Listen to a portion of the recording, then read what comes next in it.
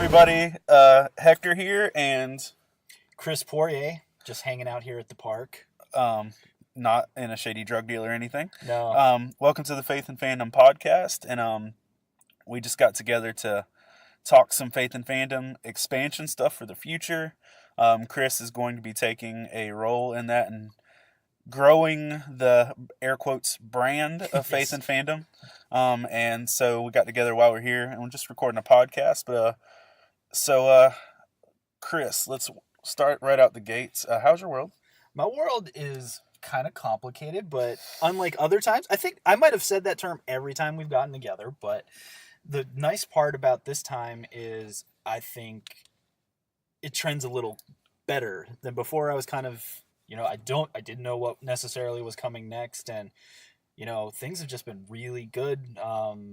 Really blessed the last couple weeks of I transitioned, finishing my residency as an assistant pastor at the Point Church there in Raleigh to in about 2 weeks. So this is new knowledge. I hope to be named as the outreach director of our Cary campus. Yeah, it's going to be fun. And that explicitly we're looking to focus on some general outreach to the Cary community, which I also work in as the manager of Ultimate Comics. It's like the church is right around the corner, so that's cool. That we're going to find some ways to interact with the shop and with some geeky stuff in general. Hopefully, do a Faith and Fandom kind of centric book club or something like that, but we'll see how it goes and how that all works out. But we're just really looking forward to getting together and being able to be really focused on our community and also take a lot of that time and energy to focus on our geeky community that is in our backyard, because I live there. Yeah. And I firmly live there, and I don't apologize for that. So I really kind of went from I didn't know what God had in mind next to my future boss walked through the doors of the store and said, teach me about comics. And I had to stop him. I was like, a comic? He's like, no, comics. He's like, how much time do you have? But it's been really fun, and Jason's really been absorbing it, and he's going to be thrilled that I've even mentioned him on the show, because he's already said he wants to come and hang out. And we just took a selfie for those of you. We did a lot of air quotes early on, and we've taken a selfie, so I think we are officially podcasting now. Yes. Which I've always toyed with the idea of, like, because people have said, do you video your podcasts? And I'm just like, I don't really want to. I don't want to watch this. Right. But you'd be amazed. I mean, like, Twitch exists for a reason. Now, granted, you can watch them playing whatever video game, but yeah, at least that's like a multiple entertainment thing versus. But half of that feed is still the guy down in the corner, like clicking like mad at a mouse or something. And more. No, I'm just I'm always for safety.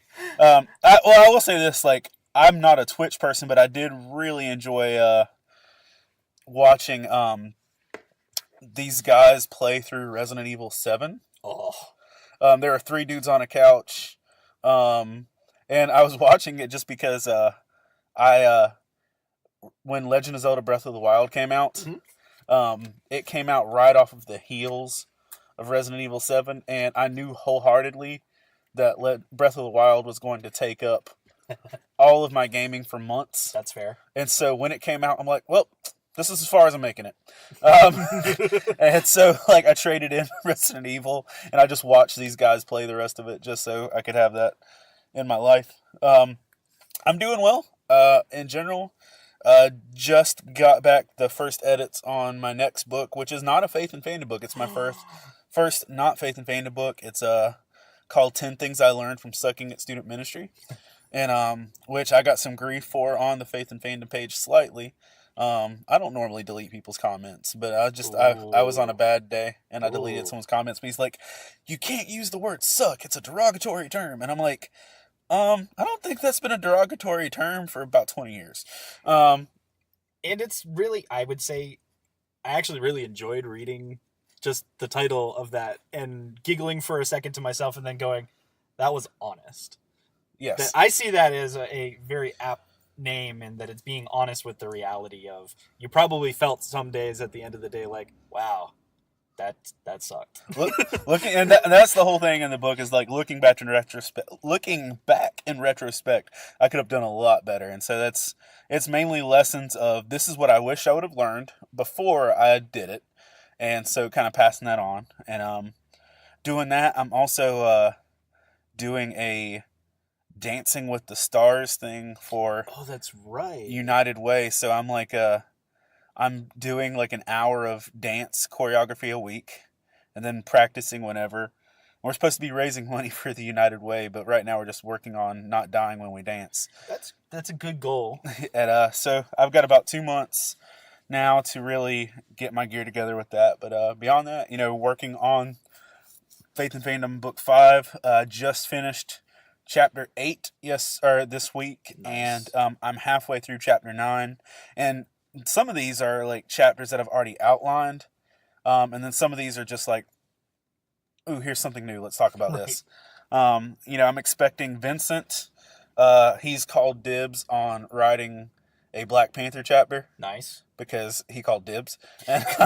We have invoked the sacred order of dibs. We have the dibs. He's not the most prolific writer, and so we'll see how that goes. Not that I'm good. He just isn't good at doing it quickly. Hey Vincent, you got that on recording now. You can play this back for when you need that for future reference. Yes. But I have faith in him. He did write a little bit in the youth ministry book. Nice.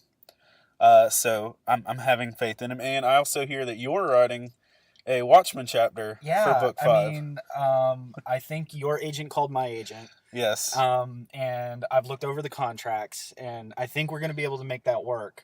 And that is to say that now that I'm being recorded as saying that I'm doing a Watchmen chapter, that yes, it would appear that I, Chris Poirier, will be writing a Watchmen chapter for book number 5, which I am highly honored to do so, seeing as the only input into Faith and Fandom I had over the last year or so, other than being a rabid fandom supporter, was you allowing me the blessed moment to be able to write your back panel for book 4, which people are like, hey, that's cool, it's got your name on it. I'm like, I'm in print.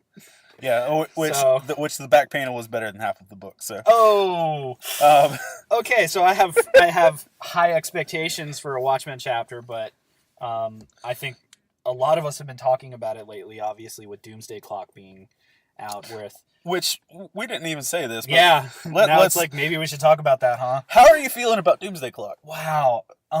So because I know for the record, Chris is one of the most vocal Watchmen fans I know. Yeah, I don't know how that happened per se, but I'm a big fan, and I'm even a big fan of the Snyder movie. Yes, no, I am too. But I have the Absolute Edition. I bought a lot of the first edition figures. Oh, I'm still trying to complete mine. I had the complete set, and I got rid of it. Oof. Yeah, DC Direct had a series. Mattel has a series. I just completed my Mattel series. But yeah, so you've probably, if you follow me on Facebook, you'll see that I'm constantly trying to hunt down random pieces of stuff from the movie because there wasn't a lot of it. And now that I'm like, I really want it, and now it's like, yeah, that thing is going to be $1,000, and I'm like, ugh. Being a completionist can be a detriment. There was a lot of it, but I think the response made people get rid of what they had. But anyway, that's and then that gave us all of the DCEU. Thanks. Right. Which what's going on right now with Doomsday Clock is really neat. That technically Rebirth in and of itself kind of set up that this moment was coming. Yes. That something had occurred between issues with the New 52, a couple speedsters roaming in and out of the Speed Force, little things called Flashpoint. Yes. Culminating, and then going into Rebirth, one of the first things we get is spoiler alert, but you're kind of a year behind. So yeah. Wally West comes flying back out of the Speed Force after being gone, and with him, this little smiley button shows up, and a bunch of Watchmen fans lost their mind. I definitely did at the same time. Right. Because the short version of this story is Watchmen was always supposed to remain within its own isolated universe. That Alan Moore wanted it to be a thing, for it to stick in its own place. He DC wanted it to become a huge thing. Since when did DC ever care what Alan Moore actually Right, wanted? and so Alan's like, absolutely not. Lots of legal fights. Like technically, I think it's in the UK. You actually can't use the smiley face button and stuff like that. That there are places that parts of his copyright are still enforced, despite DC. So it's interesting. But Doomsday Clock was going to become Jeff Johns. So far, I've been calling it a love letter because he's like, no, I'm going to do it, and I'm going to do it right in terms of bringing the Watchmen into the DC universe. And so far, only 3 issues in, I think he's nailing it. I will not get into specific details because there's some pretty wild things that have occurred even just 3 issues in. Just suffice it to say, once we hit the 3rd issue, we are finally, they're both in the same, they're in the same universe. They're all in Gotham. But that's all we know. And so far, I'm happy with what's going on. There's a few incidents that have occurred that folks are like, I'm not sure I love that retcon. Well, go ahead. Like, divulge. You want to get into that one? Get into it. All right. So if you haven't read through issue 3, then this is the place where you click pause and you go do that right now. We'll wait. Put about a half hour of time here. So for the next 30 minutes. Chanting. So the biggest issue between a lot of it is all of the story's been building up that Dr. Manhattan has somehow been the influence upon time and space in general within the DC universe and the Watchmen universe. And we know from Watchmen that Dr. Manhattan probably has some level of capability to do so. Probably. Yeah. Come on, man. Just a little. You can do what he wants. Right. So we get to issue 3. We haven't seen Dr. Manhattan officially yet, but only pieces, not all of. We've seen him in 3. Kinda, sorta. It's not a huge reveal. No, but he was talking with Blake. Was he? Yeah, he threw the button at him. Right. Yeah, that's fair. I don't see that as him being completely in, though, because I understand what you're talking about, but that's the issue, is that Dr. Manhattan basically scoops the comedian out of midair before he becomes sidewalk pizza, which is the reality that we do know from Watchmen. Now here's the thing. I didn't even take it as that, though. I think it's because he kind of shows that he's confused, and that that the other thing that a lot of folks have talked about is Blake is beaten in that frame, which means those 2 events occurred very close to each other. Well, I honestly think that, my take on it was like, he straight died. He hit the sidewalk. And then, because that was in a different world, a different universe. And there is no reason that Dr. Manhattan couldn't literally transport his dead carcass, because if they didn't do that, the events of Watchmen didn't take place. Right. The reason that a few of us believe that he might have been scooped out of midair, and why some people are taking it as that and are feeling that that's the because then, right, the retcon becomes, but then the events of Watchmen didn't play out. But what's interesting to a few of us is the other piece is the comedian also acknowledges through his conversations that he knows what happened after his death. Yeah. So I personally, I think he straight died, and Manhattan revived him, like brought him back. That's and an like interesting theory. I think, dude, I'm super convinced that that's what happened. He died. He was dead on the sidewalk, and then from whatever point they take the comedian's body. Because what clothes was he wearing when he showed up? The robe. The robe. So from the moment his body is dead, because you don't actually see his body in the grave scene. Correct. Now, there's no reason to think that after that point, once they scoop him up, that he wasn't dropped, he wasn't revived, given life again, which I believe that is within Dr. Manhattan's capabilities. Because if he produced a living flower, he can probably produce enough life to do that. And I think he brought comedian back to life and dropped him right there. That's just that's how I saw it. I like that theory. I kind of end up on the other side of that. I think it, by literally zapping him, such as it were, is going to be part of how they explain that Dr. Manhattan is capable of manipulating time and space simultaneously. That the events still occurred post that, because a lot of what's going to happen here is a very complicated, and they've even kind of set it up with how they had to create that quantum shift capability to get from point A to point B. And then we also have 25 years of time that just like evaporated for no reason, and we don't know why yet. Well, I don't even know if it's time evaporating, because they just happened in the time frame of like the years that have passed in Watchmen. Just their time scale might be on, their world might be on a different time. So that I agree, and I think that's part of what we're going to see is the core to this is going to be what is Dr. Manhattan's actual capabilities in terms of shifting time, space, and reality. I don't think there's limits, bro. No, there's not. And that's why I think some people look at it as he might have been taken in mid-fall. And then he puts him back? No, that it's the whole issue of if we are doing the multiverse of infinite Earths, then which Earth did we see the actual story from, and which Earth is he actually from? They're purposely avoiding a lot of the multiverse language so far, which makes me feel like there's a reveal coming tied to that. Bro, I think we're going to skip. I don't even think we're going to go there. And I know you work in a comic book shop and you might have more information than me. But personally, I think this plays out one of two ways. Either one, he brought the comedian back from the dead, dropped him there. Or B, he knows how all this is going to play out, and he's pulling, and I'm not sure, you're not a Whovian, right? I'm not as good as I should be. Okay, so, like, there's, in the episode, Face the Raven, season 9?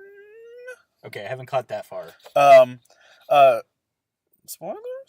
It's fine. Okay, it's in the books by now, right. too. Clara dies. Okay. By her own stupidity. Right. She straight up dies. That happens. But at the end of season 9, the Doctor uses uses Time Lord technology and steals her from the last second of her life. Okay. And that moment is paused.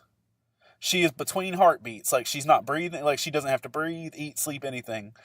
And he pulled her out of that moment, and with the condition that he'll eventually put her back.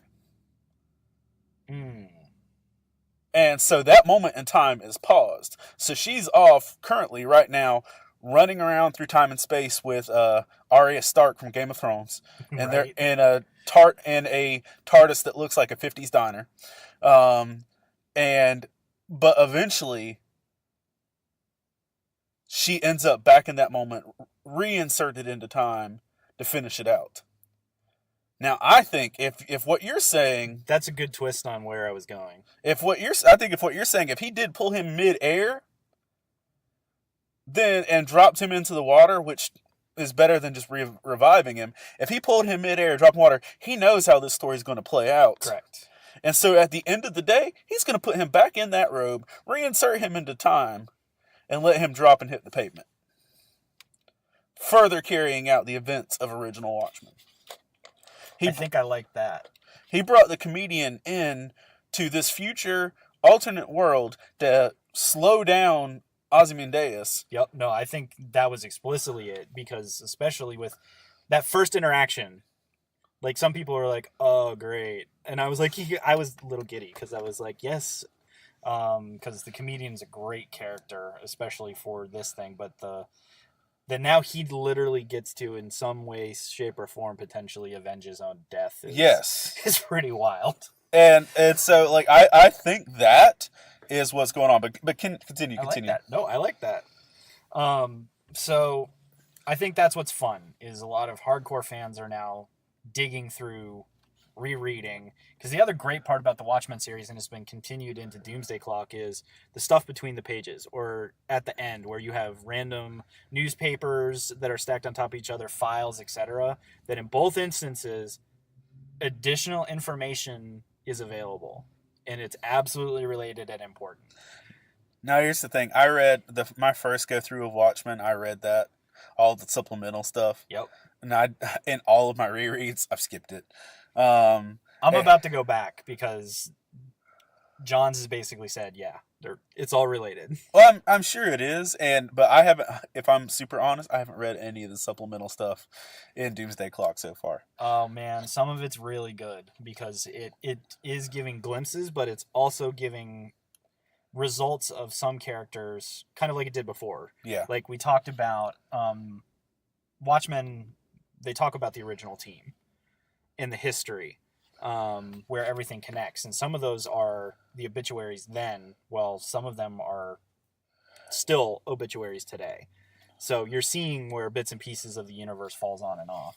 But I think the one thing that I'd be remiss if I didn't mention, and a lot of us have talked about this, is the one thing that Jeff Johns has done really, really well, and it started right at the first issue, is they give us two new characters that did not exist in the Watchmen universe, but now are being introduced, and that's the mime and the marionette, and that almost 100% of people I talk to agree, and you'll have to tell me that your thoughts, that those characters felt like from page one, characters that obviously were always there and we just hadn't heard the story of. And I have to give Johns a lot of credit because it's I don't know how he did that so well, that when I hit the end of kind of who these two were, I went, yeah, these people belong in the Watchmen universe. I don't know if I feel that way. I'm not saying that that's not legitimate. But like my thought and where I'm at with it is that to me it felt like they were more Tom King Batman characters than they were Watchmen characters, because in Tom King's Batman, they felt like the like issue 12 when they're taking that assault on Bane's fortress. Mm-hmm. The Punch and Judy style character, like I felt like it was those guys. Sure. I think that's one of those that for deep cut Watchmen, that's the type of people we expect. And then, of course, the little sight gags and things like yeah, I kind of agree. There's a very King vibe to them, but at the same time, they're costumed to an extent that fits the Watchmen universe pretty well. It fits Batman pretty well too. Yeah, no, it totally does fit Watchmen. I get that. But still, my favorite part with the mime is they set us up early on with his he has to get his tools, and the mime opens up an empty locker and holsters something, puts something else away, and you're literally left at the end of that issue going, this dude's a lunatic. What? Well, no, a few of us were like, there was something in that locker. It's like, no, he's a mime. It's the gig. And then in issue 3, we find out, no, there's something there. We still don't understand what it is. Is there something there, or is that just he has a power? I don't know. Oh, that's an interesting twitch, too. Like, my thing is... he finger guns it? Yeah, like, I wonder if there's an actual physical thing that he's holding. Versus it's an actual power. Yeah. I think that's what's going to be fun to find out.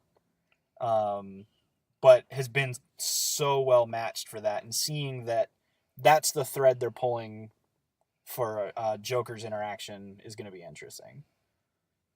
Yeah, that is true. And that basically they kind of gave us that image early when they got dumped in Gotham. They landed in the amusement park from Killing Joke. Yes. And all of us kind of went, well, this is going to be an interesting ride. And if it is that era, if it's Killing Joke era, then that matches right up with Watchmen era, and there's no time difference. Ooh, that's another good thread. Because Watchmen era and Killing Joke era are the same time frame. Like, that was the same year. Then that makes that 25-year jump even more confusing. I think there's a lot of stuff that's designed to distract. And I think that's what... Because I was really thinking that Batman's outfit straight up looked like... Because it had the yellow. Yeah, it looked... a throwback. It had Neil Adams vibe to it. Mm-hmm. So that would make sense, too.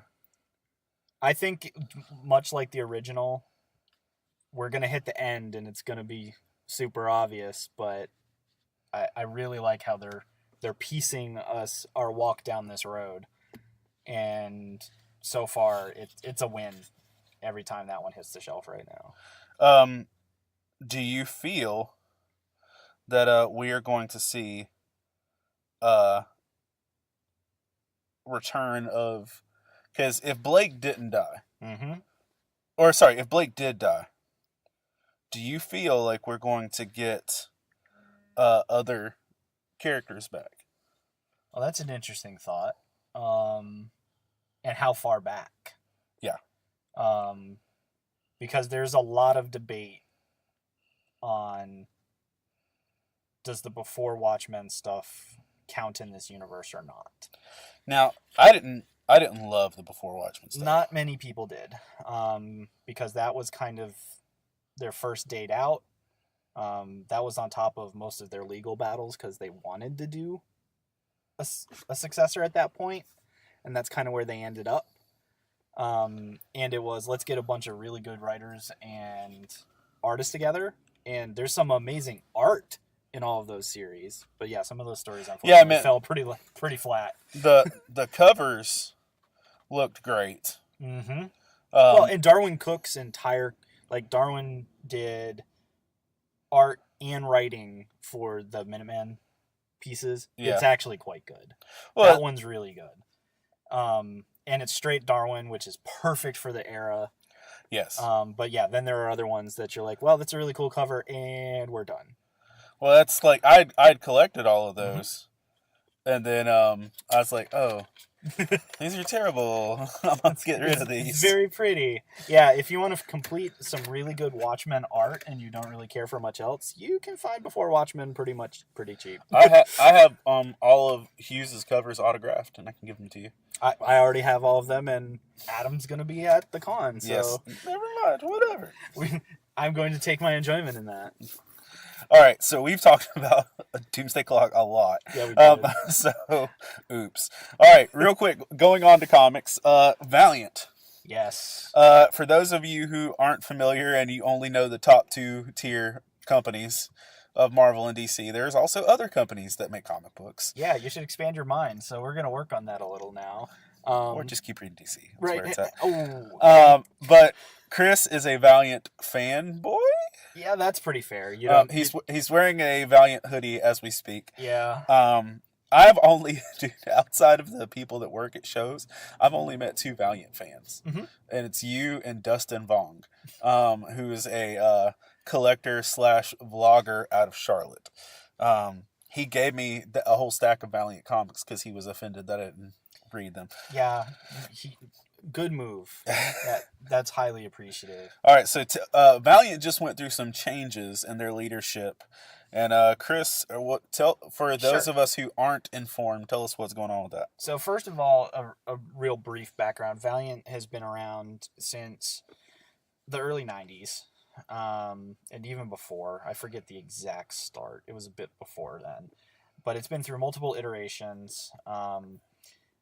Most of the content is superhero based, especially in what they call psyots, which are basically, I suppose if you were to align it with a Marvel thing, that would get you your mutants that have psychic capabilities. Okay. But a lot of their individuals have different powers that are usually unlocked through a process that's involved in basically awakening a psyot, which it's kind of like also in humans, that you're it, and then you can get awoken into your actual power structure. But they also have a character called Ninja K, who is literally a ninja that works for MI6. Is Ninja K what it's called? It is now. Because if you've talked to true fans for a while, Ninjak is correct. But in its current iteration, which is now issue 3, should be coming out very soon, written by Christos Gage, which is cool because Gage is the screenwriter for Daredevil and has a bunch of other stuff. So he's like in his happy place right now. I was beside him at NC Comicon. Most likely. A couple years ago. Gage is really cool, and he's been a friend of ours for a while. Okay, sweet. But yeah, so he kind of retconned part of that universe of, MI6 has had this ninja program, which was cool to begin with, but then they were lettered. So it was Ninja-A, B, so now we're at Ninja K. But yes, once upon a time, it was always referred to as Ninjak, so you'll see people go back and forth. Yeah, I've always known it as Ninja. Yeah, But go ahead. Ninja K is technically like literally the current run that we're in, and they're telling the story of the ninjas that came before. Okay. So it's pretty cool. Gage is telling a really neat story there. So yeah, there's lots of cool intellectual property, lots of characters in this universe. One of the things that Valiant is really adamant about is that they are actually the largest intellectual property in terms of characters, boasting over 2,000 individual characters, enemies, And villains. isn't Netflix just picking up some of their stuff? That's the main precipice of what just occurred in the company being bought by a production company called DMG, who had 57% control of the company since 2014 because Valiant was doing let's get into media, and they were starting to work on projects. At Bull City, we showed the first 20 minutes of Ninjak versus the Valiant Universe, which is a web series and was one of their first that's going to hit screens. But as part of the announcement with DMG, they kind of let out the rest of the pieces that have been rumored. That they have one of their characters, Bloodshot, is with Sony Pictures, I believe. I think Eternal Warrior is being discussed with Sony. CW is in talks for I think they said in their buyout announcement that CW has purchased the rights to Dr. Mirage, another one of their things, for a TV-based series. Another TV-based series, Quantum and Woody, which is kind of a comedy team-up buddy. Yeah, I see you post about that often. Quantum and Woody's a fun... which I didn't even know there book. was an ampersand in that. I just thought it was Quantum Woody. Yeah, no, Quantum and Woody.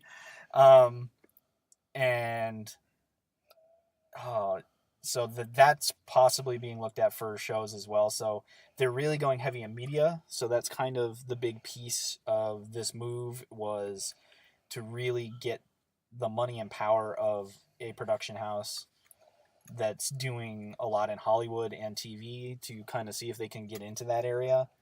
The biggest thing for a lot of fans is through this buyout, they lost their CEO who resurrected the company in the early 2000s, Dinesh, and it was a great story for fans and for comic books.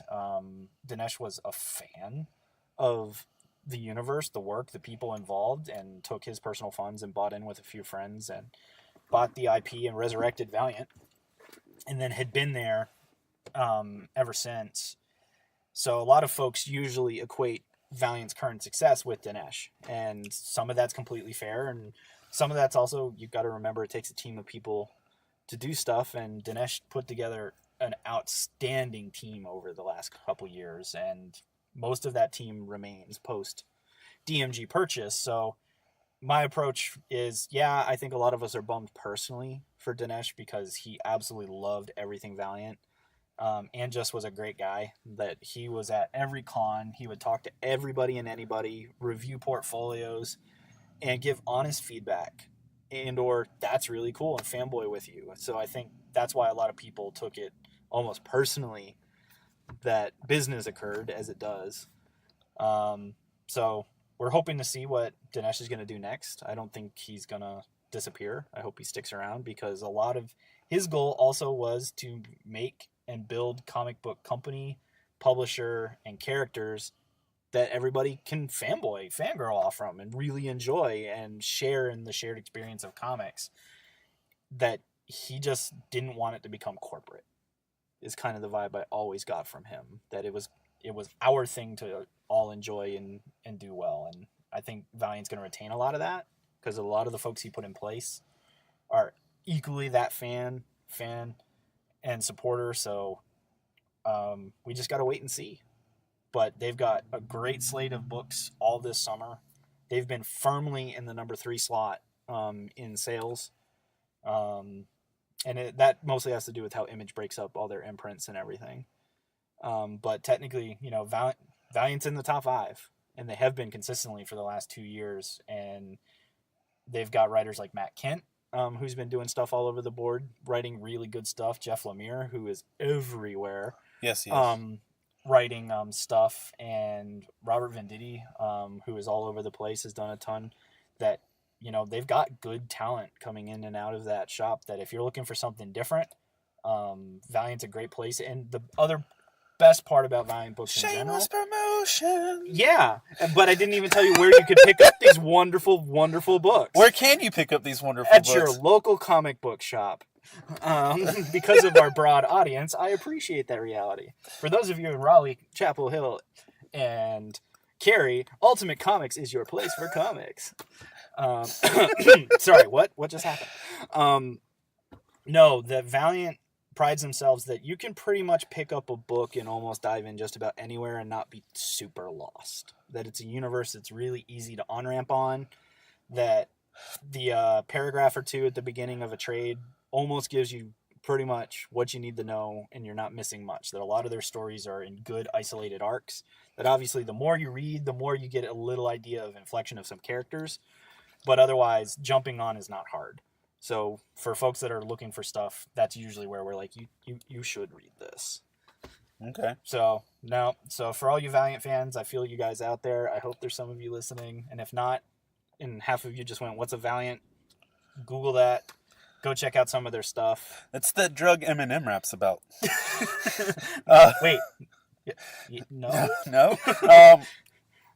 Yeah. So, you mentioned, that Dinesh was at, like, every con and everything like that. Yeah. We also have, you have a big show coming up.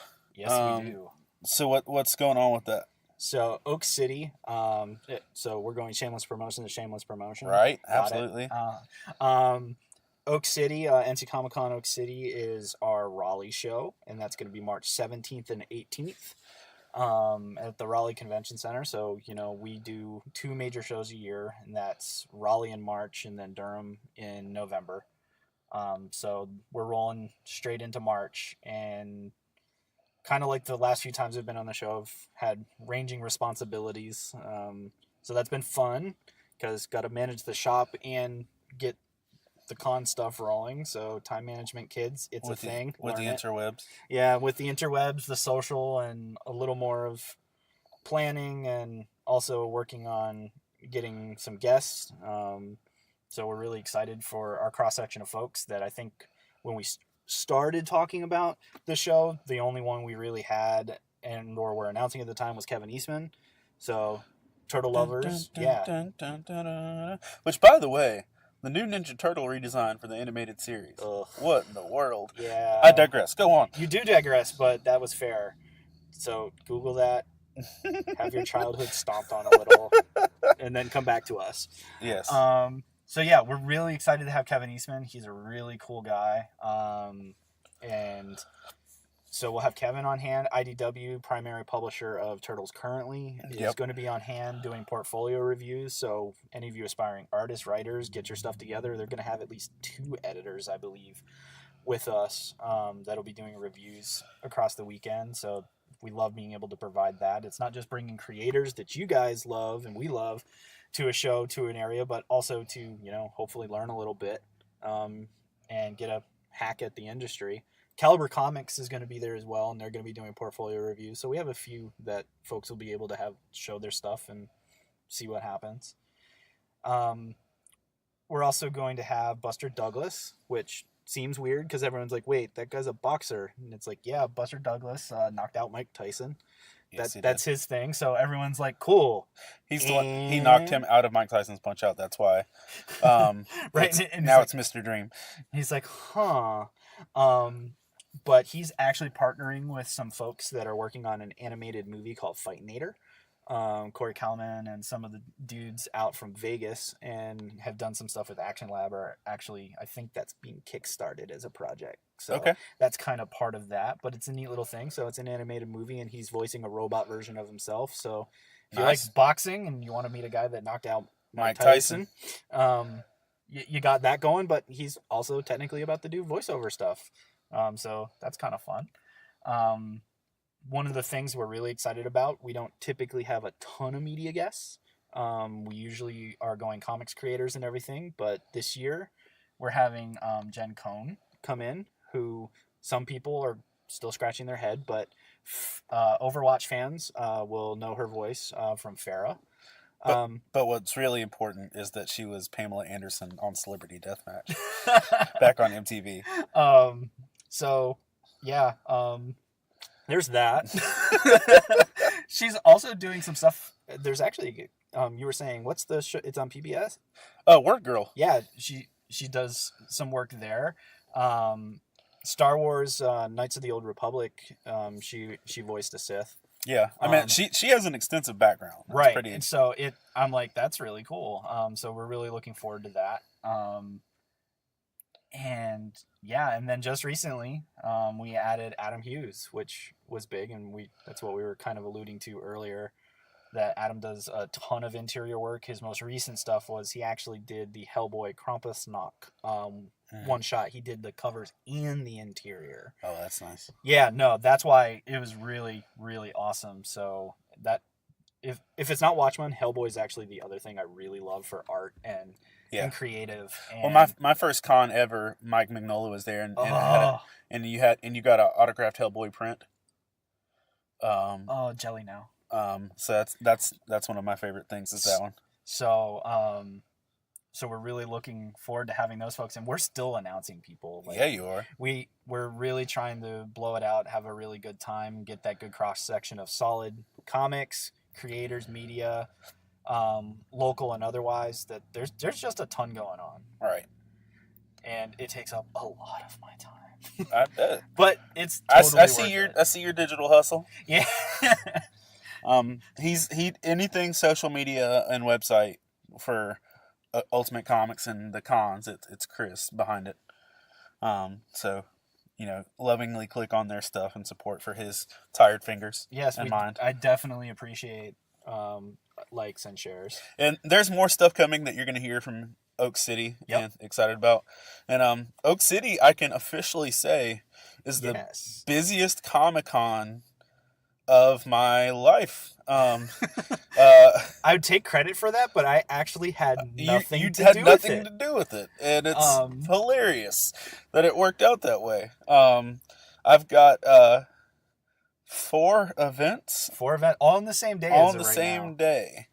So like the first event is the Faith and Fandom discussion, right? No. Yeah, what's been going on is I'll steal his thunder for a second and throw it back to Hector of with some of our friends from the Chapel Hill area. Will Rose, who has a ministry with his church, has been doing God and Comics for about the last 3 or 4 cons. We've had panels, specific interfaith panels to kind of comics. I think it's been 3 so far, right? Yeah, and movies and whatnot. And we kind of found out that when you put more than one pastor in a room and ask them questions, that basically you hear from 2 pastors for 5 minutes over the time allotted. And we don't necessarily get to questions, which we found are very interesting and actually drive a ton of conversation. So we've all decided that for Oak City, we're going to run a roundtable and give everyone the opportunity to kind of roll in and ask their faith-related questions to comics and geeky things in general, so that we can kind of be in a position to answer what's on y'all mind instead of us just pontificating, which all of us are very good at. It's a pastoral gift. Yeah. So we're looking forward to that, and yeah, that should be a Faith and Fandom roundtable, God and Comics, that type of thing. But that, I believe, tentatively right now is going to be like noon on that Saturday. Yeah. And so I'll be moderating, which means hopefully I won't talk nearly as much, but we'll have Hector, Will, and a few others that we've had in the past with a few different faiths represented. That's how you're going to start your day on Saturday. Yes. And what time's the show open? The show opens at 10 or 11. One or the other. I should know that. I put it on the website. So Vincent is going to have a busy day. So right after that, we're actually having a wedding on the con floor, where Carlos Cason and Kayla Dawn, a.k.a. Cartier Jesus, as his music poet name, spoken word artist name.